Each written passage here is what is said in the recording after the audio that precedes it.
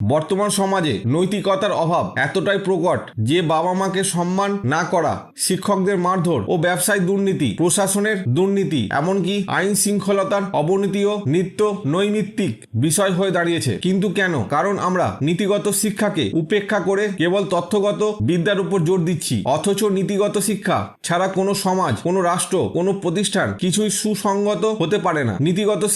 নীতিগত শিক্ষার গুরুত্ব ও প্রভাব। 1. বিচার ব্যবস্থা ও নৈতিকতা। একজন বিচারপতি যখন রায় দেয় তখন তিনি আইনের শাসন মেনে চলেন, কিন্তু তার মধ্যে নৈতিক বোধ না থাকলে তিনি সঠিক বিচার দিতে পারবেন না। আইন থাকা সত্ত্বেও যদি নৈতিকতা না থাকে তাহলে সেই আইন অপব্যবহারের শিকার হবে। 2. শিক্ষকতা ও নৈতিক শিক্ষা। একজন শিক্ষক কেবল পাঠ্য বইয়ের জ্ঞানই কেবল দেন না, বরং তিনি তার শিক্ষার্থীদের ন্যায়, নীতি, সত্যতা, আদর্শ ও সামাজিক মূল্যবোধ শেখান। কিন্তু বর্তমানে শিক্ষকদের প্রতি শ্রদ্ধার অভাব স্পষ্ট। কেন? কারণ শিক্ষার্থীরা নৈতিক শিক্ষা পায়নি। 3. চিকিৎসা ও মানবতা। একজন ডাক্তার চিকিৎসা করার আগে শপথ নেন যে তিনি রোগীদের কল্যাণকে সর্বোচ্চ গুরুত্ব দেবেন। কিন্তু যদি একজন ডাক্তার কেবল পেশাদারিত্ব দেখিয়ে টাকার জন্য চিকিৎসা করেন তাহলে তার নৈতিকতা নষ্ট হয়ে যায়। আজ আমরা দেখি ভুল চিকিৎসা, দালালদের দৌরাত্ম্য, ওষুধের ব্যবস্থা, এইসব নৈতিকতার অভাবের ফসল।